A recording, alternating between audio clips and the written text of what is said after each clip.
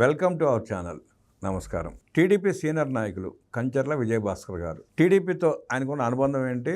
అన్న నందమూరి తారక రామారావు గారితో ఆయన ప్రయాణం ఎలా ఉండేది? పార్టీ పెట్టకముందే రామారావు గారితో పరిచయం ఉందా?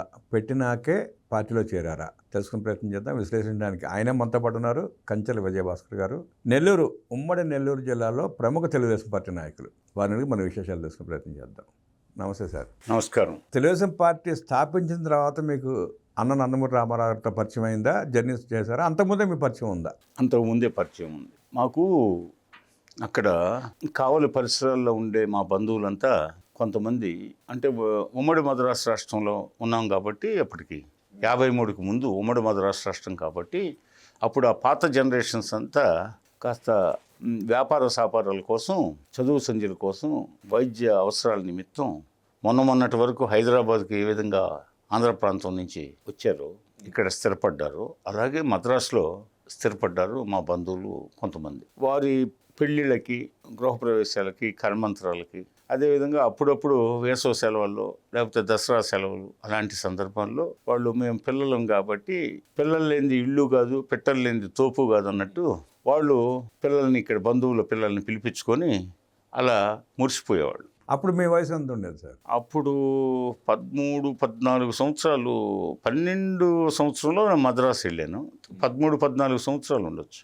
బాగా కొంచెం బంధువులు దగ్గరికి రాకపోకలు. అప్పుడు పెద్దలతోటి కలిసి వెళ్ళాం. మాకు ఇంకా అక్కడ ఆడుకునేవాళ్ళం పిల్లలందరం కలిసి, వాళ్ళ పిల్లలు మేమంతా కలిసి ఆడుకుంటుండేవాళ్ళం. ఎక్కడికి వెళ్ళేవాళ్ళం అంటే బీచ్కి వెళ్ళేవాళ్ళం.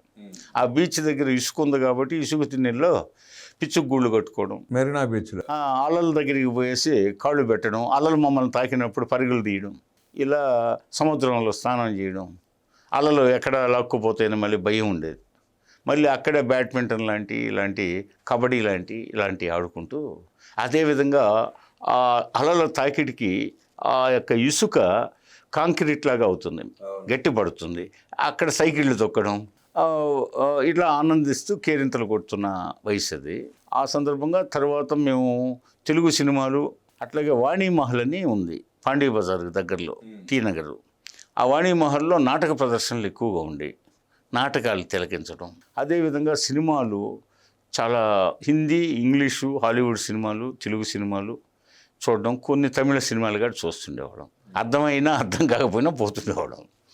ఈ పరిస్థితుల్లో తర్వాత స్టూడియోలు చూడాలి, షూటింగ్లు ఎలా ఉంటాయో చూడాలి, అట్లాగే మంచి తినుబండారాలు ఉండే షాపుకు పోయి తినాలి, అదేవిధంగా మంచి భోజనం మధ్యలో అప్పుడప్పుడు బయటకు వచ్చినప్పుడు బంధువుల ఇళ్ళ దగ్గర నుంచి మధ్యలో భోజనాలు చేయడం.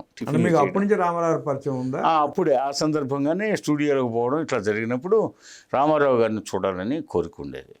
రామారావు గారిని చూడడానికి వెళ్ళడం అట్లా జరిగింది. ప్రతిసారి వచ్చినప్పుడల్లా రామారావు గారి దగ్గర. కొన్నాళ్ళ తర్వాత ఆయన డైరీలో నా అడ్రస్ రాసుకున్నాడు, నా వివరాలన్నీ తెలుసుకున్న తర్వాత నేను కొంచెం చనువు ఏర్పడిన తర్వాత ఆయనతో, సార్ మీరు పార్టీ పెట్టకూడదా అనేవాడిని. ఏంటి మళ్ళా చెప్పు అనేవాడు. మీరు ఒక పార్టీ పెడితే బాగుంటుంది సార్, మీ పట్ల చాలా గౌరవం ఉంది, అభిమానం ఉంది, అసలుకి చాలామంది ఇళ్లలో మీ పట్టాలు పెట్టి పూజిస్తున్నారు, పోతే అసలుకి మీ సినిమాలు వస్తే 1-4 సార్లు చూస్తున్నారు ఎగబడి, పోతే అసలు మిమ్మల్ని కూర్చే చర్చలు ఉంటాయి ప్రతి గ్రామంలో, పోతే ఆ తిరిగి సమయాల్లో వాళ్ళు వ్యవసాయ, ఇతర వృత్తుల్లో ఉండేవాళ్ళు, పశువుల దగ్గరికి పోయేవాళ్ళు, పైగా మీ సినిమా పాటలను గురించి ఎక్కువగా పాడుకుంటుంటారు, పైగా మీరు కొన్ని సినిమాల్లో జైలు నుంచి రిలీజ్ అయ్యి వస్తుంటే ఆయన ఆ నడకని వర్ణించుకుంటా, అదేవిధంగా ఆయన కృష్ణ పాండవీయంలో ఆ దుర్యోధనుని గురించి చెప్పుకుంటా, అదేవిధంగా శ్రీకృష్ణ సీతారామ కళ్యాణంలో ఆ రావణాసురుడు పాత్రను గురించి చెప్పుకుంటా, అట్లాగే శ్రీరామచంద్రుడిగా ఆయన అభినయాన్ని గురించి చెప్పుకుంటూ, కృష్ణ పాత్రలో ఆయన లీనమైన విధానాన్ని గురించి చెప్పుకుంటూ, అదేవిధంగా దుర్యోధనుడి యొక్క రాజసాన్ని, ఆ యొక్క ప్రదర్శన, భీష్ముడిగా ఆయన చేసిన క్యారెక్టరు, అదేవిధంగా శివుడిగా ఆయన దక్షయజ్ఞంలో ప్రదర్శించినటువంటి ఆ శివతాండవం, ఇవన్నీ నేను ఆయన దగ్గర చెప్తూ ఉంటే డైరీలో ఉన్న పేరు, చిరునామా ఇవన్నీ రాసుకున్నాడు. సరే, తర్వాత అప్పుడప్పుడు మద్రాసు వచ్చినప్పుడు కలుస్తుండే అనేవాడు. సరే, నేను ఇంకా మద్రాసు బంధుమిత్రులు ఆహ్వానం మేరకు పోయినప్పుడు వెళ్ళి కలిసేవాడిని. ఒక్కోసారి ఆయన అవుట్డోర్ షూటింగ్లో ఉంటే కలిసేవాళ్ళం కాదు. ఇండోర్ షూటింగ్లు పోతే ఇంటి దగ్గర, అంటే అది బజుల్లా రోడ్డు, ఆ టీ నగర్ దగ్గరలో ఉంటుంది, పాండీ బజార్ దగ్గరలో. అలా ఆయన కలవడం జరుగుతుండేది. సరే, కొంతకాలం గడిచింది. నాకు కొంత అప్పటికే మా కుటుంబంలో గొట్టిపాటి కొండపనాయుడు గారు మాకు బంధువు కావడం, పోతే ఆయన పర్సనల్ లైబ్రరీలో గ్రంథాలు నేను చదువుతుండేవాడిని. పోతే ఆయన ఇండిపెండెంట్గా జీవితం అంతా ఇండిపెండెంట్గానే గెలిచాడు. ఎమ్మెల్యేగా గెలిచాడు, సమితి ప్రెసిడెంట్గా గెలిచాడు. పోతే జిల్లా పరిషత్ చైర్మన్గా కూడా చేశాడు. అయితే వైస్ చైర్మన్ అని పిలిచారు. ఎందుకంటే అప్పుడు నల్లమోతు చెంచురామానాయుడు గారు ఏసీ సుబ్బారెడ్డి గారు క్యాండిడేట్గా ఉండేవాడు ఉమ్మడి నెల్లూరు జిల్లాలో. అవిశ్వాస తీర్మానం ఆనం సంజీవిరెడ్డి గారు, నల్లపరెడ్డి చంద్రశేఖర్ రెడ్డి గారు, గొట్టిపాటి కొండపనాయుడు గారు ముగ్గురు కలిసి ఒక రాత్రికి రాత్రి అవిశ్వాస తీర్మానం పెట్టి నల్లమోతు చెంచురామానాయుడు గారిని దించారు. చైర్మన్ పోస్టుకి ఎవరు ఉండాలి అనే మీమాంస వచ్చింది. చంద్రశేఖర్ రెడ్డి గారిని పెట్టాలా, కొండపనాయుడు గారిని పెట్టాలా? అప్పుడు మధ్యవర్తిగా ఉన్న ఆనం సంజీవిరెడ్డి పోతే ఏం సూచించాడంటే, పవర్స్ ఇద్దరు పంచుకోండి, సమాన పవర్స్. చైర్మన్గా చంద్రశేఖర్ రెడ్డిని పిలుద్దాం, వైస్ చైర్మన్గా గొట్టిపాటి కొండపనాయుడు గారిని పిలుద్దామని. తోట రామస్వామి గారు పంచాయతీరాజ్ మినిస్టర్, కాసు బ్రహ్మానంద రెడ్డి ముఖ్యమంత్రి. ఆ టైంలో అప్పుడు జీవో ఇచ్చారు, స్పెషల్ జీవో. ఉమ్మడి రాష్ట్ర చరిత్రలో సమాన పవర్స్ పొందినటువంటి వైస్ చైర్మన్గా పిలిపించుకుంటూ సమాన అధికారాలు పంచుకున్నటువంటి జడ్పీ చైర్మన్గా, అంటే నెల్లూరుకి దక్షిణ భాగం అంతా మద్రాసు బార్డర్ దాకా చంద్రశేఖర్ రెడ్డి, అదేవిధంగా నెల్లూరుకి ఉత్తరం కోవూరు నుంచి పెన్నా నదికి ఉత్తరపు వైపు కోవూరు నుంచి అటు దొనకొండ వరకు, ఇప్పుడు ప్రకాశం జిల్లాగా, ఇప్పుడు ప్రకాశం జిల్లాగా నిన్న మొన్నటిదాకా ఏదో దొనకొండ రాజధాని అనే ప్రపోజల్ వచ్చినటువంటి ఆ దొనకొండ వరకు, అంటే కురిచేడు, దర్శి, పొదిలి, కనిగిరి, పామూరు, గుడ్లూరు, సింగరాయకొండ ఇవన్నీ ఉండేవి. వీటన్నిటితో నెల్లూరు జిల్లా ఉండేది. ఈ ప్రాంతం వరకు కొండపనాయుడు గారు జిల్లా పరిషత్ చైర్మన్గా 2.5 సంవత్సరాల పాటు ఉన్నాడు. తర్వాత 25 సంవత్సరాలు ఆయన సమితి ప్రెసిడెంట్గా చినకాకు, అప్పుడు సమితి అనేవాళ్ళు కాదు, బ్లాక్లు అనేవాళ్ళు. అప్పుడు చినకాక బ్లాక్ ప్రెసిడెంట్గా, అంటే సమితి ప్రెసిడెంట్ పవర్సే ఉండేవి. తర్వాత బ్లాకులు తీసేసి సమితులు పెట్టారు, వింజమూరు సమితి ప్రెసిడెంట్గా. ఇలా 24 సంవత్సరాల పాటు ఆయన ఆ పదవులు అలంకరించాడు. ఆ తర్వాత జడ్పీ చైర్మన్గా కూడా 2.5 సంవత్సరాలు, ఆ తర్వాత ఎమ్మెల్యేగా కూడా. ఇవన్నీ ఇండిపెండెంట్గా ఆయన సాధించిన విజయాలు. అదేవిధంగా సూపర్ బజార్ చైర్మన్ చేశాడు, అదేవిధంగా జిల్లా గ్రంథాలయ సంస్థ సభ్యుడిగా చేశాడు. సరే, ఇవన్నీ తెలుగుదేశం పార్టీ పెట్టకముందు ఆయన్ని వరించిన పదవులు. పైగా కొండపనాయుడు గారిని తెలుగుదేశం అంటే ఎప్పుడు కాంగ్రెస్కి ఎదురైతే. లాస్ట్ డేస్లో ఆయన కాంగ్రెస్ పార్టీలో క్యాండిడేట్ సెలక్షన్ కమిటీ మెంబర్గా పీసీసీలో ఉన్నాడు. లాస్ట్ డేస్లో కాంగ్రెస్లో అంతే, కొద్ది నెలల పాటు. ఆ తర్వాత తెలుగుదేశం పార్టీ ఎన్టీ రామారావు గారు ఇన్వైట్ చేశారు. ఆయన ఇన్వైట్ చేసి ఎమ్మెల్యేగా పోటీ చేయమన్నాడు. నెల్లూరు జిల్లాలో 11 స్థానాలు ఉన్నాయి, అందులో మీ సూచనలు సలహాలు తీసుకుంటానని చెప్పారు. అయితే ఈయన జీవితాంతం నేను ఇండిపెండెంట్గానే ఉన్నాను, నాకు అదే కలిసి వస్తుంది.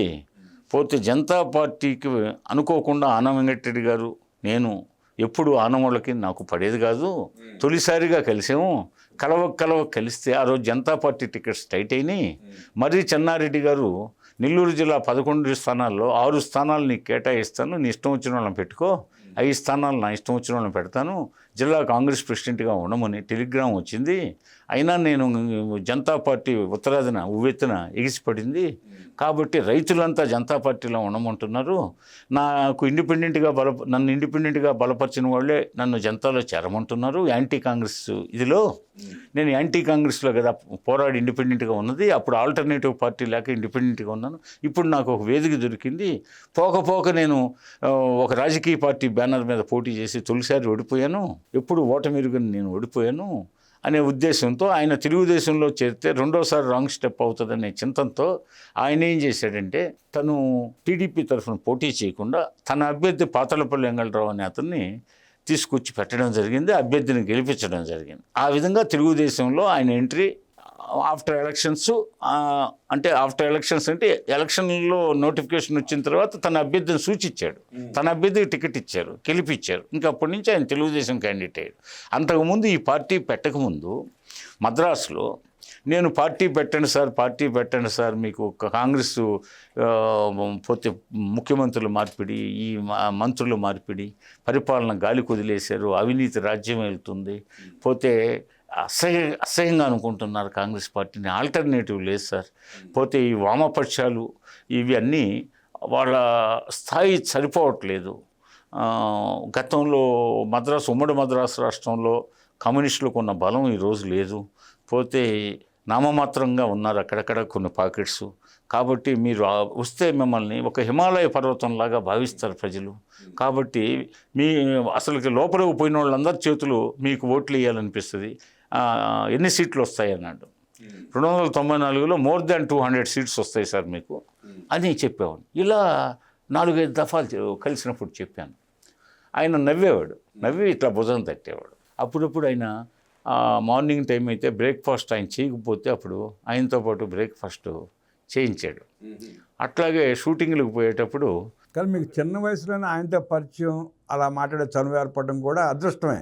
అది అవును నిజంగా నేను ఏమి ఆశించి కాదు, అసలు ఏం తెలియదు. బాలవాక్కు బ్రహ్మవాక్కు అంటారు కదా, పరిశుద్ధాత్మ కలిగిన యువకుడు అని ఆయన అనేక సార్లు అన్నాడు. పరిశుద్ధాత్మ కలిగిన యువకుడు అని అన్నారు. మీరు స్ఫురద్రూపులు అని గడు అనేవాడు. నాకు ఆయన 6 సినిమాలో 7 సినిమాల్లో నన్ను నటించమని గడు అడిగాడు. మిమ్మల్ని కూడా అప్పట్లో మీరు అనేవారా? చిన్న వయసు అయినా మీరు అనేవాడు, నన్ను మీరు అనేవాడు, చిన్న వయసులో కూడా. లేకపోతే బాబు అనేవాడు. ఒక్కోసారి విజయభాస్కర్ అని పిలిచిన సందర్భాలు తక్కువ, ఎప్పుడు మీరు అనేవాడు. పోతే అనేక సార్లు ముఖ్యమంత్రి అయ్యాక కూడా సోఫాలో నేను తక్కువ, నాకేమీ కోరికలు లేవు, పోతే నేను ఏదో పెద్ద కాంగ్రెస్ని తుదముట్టించాల, అది నా ఆశయం. అందుకని లేత వయసులో టీనేజ్లోనే నేను ఆయన్ని పార్టీ పెట్టమని సొదబెడుతుండేవాడిని. నవ్వి భుజం తడుతుండేవాడు, షూటింగ్ పోదాం అనేవాడు. అలా స్టూడియోల దగ్గరికి పోయి కాసేపు ఉండి వచ్చేవాళ్ళం. పోగానే జ్యూసు పాలు ఇవ్వమనేవాడు. లంచ్ టైంలో ఇట్లా నేను ఆయనతో మొత్తం 4 సార్లు ఏమో భోజనం చేశాను, 6-7 సార్లు టిఫిన్ చేశాను, జ్యూసులు టీలు చాలాసార్లు తాగాను. ఇవన్నీ ఆయన పార్టీ పెట్టకముందు. తర్వాత ఒకరోజు టెలిగ్రామ్ ఇచ్చాడు, నేను లేను, ఢిల్లీలో సివిల్ సర్వీస్ చేయడానికి నేను వెళ్ళాను. వెళ్తే మా నాన్న నాకు ఫోన్ చేశాడు. అప్పుడు నాకు రూమ్ దొరకలేదు. కరోల్బాగ్ సెంటర్లో ఫస్ట్ హోటల్ అని ఒక హోటల్, అది ఇప్పుడు ఉందో లేదో తెలియదు. అప్పుడు రూమ్ దొరకలేదు. పిల్లవాడిని, నాకేం తెలియదు. సరే తెలుగోళ్ళ కోసం వెతుకుతున్నాను, నా సహచరుల కోసం. ఎవరో కొంతమంది కనిపించారు. మేము కూడా ఫస్ట్ హోటల్లో ఉన్నాం, రూమ్ కోసం చూస్తున్నాం. సరే అందరం కలిసి ఒక రూమ్ తీసుకుందామని అన్వేషణలో ఆ ఫస్ట్ హోటల్లోనే అప్పటికి 3 నెలలుగా వస్తుంది. రూమ్ దొరకలా. రోజుకి 6 రోజుల్లో 2,500 రూమ్ రెంట్ ఒక్కో మనిషికి. అలా రోజు 2,500 చెల్లిస్తూ ఆ ఫస్ట్ హోటల్లో ఉన్నాం. సరే ఇంకా ఎక్కడ పెడితే అక్కడ తినేవాళ్ళం. ఆ కరోల్బాగ్లో కాస్త ఫుడ్ సౌకర్యాలు ఉన్నాయి, సౌత్ ఇండియా ఫుడ్స్. ఆ ఇడ్లీ దోశలో దొరికాయి. ఇలా ఉన్నప్పుడు ఒకరోజు టెలిగ్రామ్ ఇచ్చాడండి. మా నాన్న నాకు ఫోన్ చేశాడు. నేను ఎన్టీఆర్ గారి ల్యాండ్ నెంబర్కి ఫోన్ చేశాను. ఫోన్ చేస్తే ఒకసారి వచ్చి కలవగలవా, ఎప్పుడు వీలు ఉంటుంది నీకు అన్నాడు. ఢిల్లీలో ఏం చేస్తున్నావు అని వివరాలు అడిగాడు. చెప్పాను. ఒకసారి నీకు వీలు ఉన్నప్పుడు వచ్చి కలువు అన్నాడు. సరే ఇప్పుడు ఖాళీగా ఉన్నాను, రమ్మంటే వస్తానన్నా. సరే వచ్చేసేయాలి. నేను మేనంబాకం ఎయిర్పోర్ట్లో దిగి కలిస్తే నీ కోరిక నెరవేరబోతుంది అన్నాడు. నేను ఏదో పార్టీ అనుకోలే, ఏందా ఈ నా కోరిక ఏంటా అని ఆలోచిస్తున్నా. అదేనయ్యా నువ్వు చెప్పావు కదా పార్టీ పెట్టమని పెట్టబోతున్నాను అన్నాడు. ఆ తర్వాత నేను కబురు చేస్తాను తర్వాత అన్నాడు. ఆ తర్వాత కొద్ది రోజులకి జమీన్ రైతులో మా జిల్లాలో ఇప్పటికి 99 దశాబ్దాలు పైగా అయింది ఉద్యమ పత్రిక. అది వెంకటగిరి సంస్థానాన్ని వ్యతిరేకిస్తూ ప్రొఫెసర్ ఎన్జే రంగా గౌతులచ్చన్న గారి నాయకత్వంలో పెద్ద ఉద్యమంలో వెంకటగిరి జమీందారికి వ్యతిరేకంగా పోరాటం చేసి ఆ ఉద్యమం కోసం స్థాపించబడినటువంటి, ఆ ఉద్యమం ప్లస్ స్వాతంత్ర సాధన కోసం స్థాపించబడినటువంటి, అదేవిధంగా ప్రజల ఈతిబాధలను ఎండగట్టడానికి స్థాపించబడిన నెల్లూరు వెంకటరామనాయుడు గారి ఆధ్వర్యంలో స్థాపించబడిన జమీన్ రైతు పత్రిక మొట్టమొదటిసారిగా వెల్లడిచ్చింది. ఎన్టీఆర్ పార్టీ పెట్టబోతున్నాడు. ఫస్ట్ వార్త వాళ్ళే ప్రచురించారు వారపత్రిక. నేటికి అది వర్ధిల్లుతుంది. నేటికి దానికి సబ్స్క్రైబర్స్ ఉన్నారు. అది దేశ విదేశాలకు కూడా ఇప్పటికీ పోతుంది. జమీన్ రైతు చదవకుండా చాలామంది ఉండలేరు ఆ పాత వాళ్ళు. నేను కూడా జమీన్ రైతు వారం ఇప్పటికీ పఠిస్తుంటాను. మరో ఎపిసోడ్లో మరిన్ని విశేషాలు తెలుసుకునే ప్రయత్నం చేద్దాం. నమస్కారం.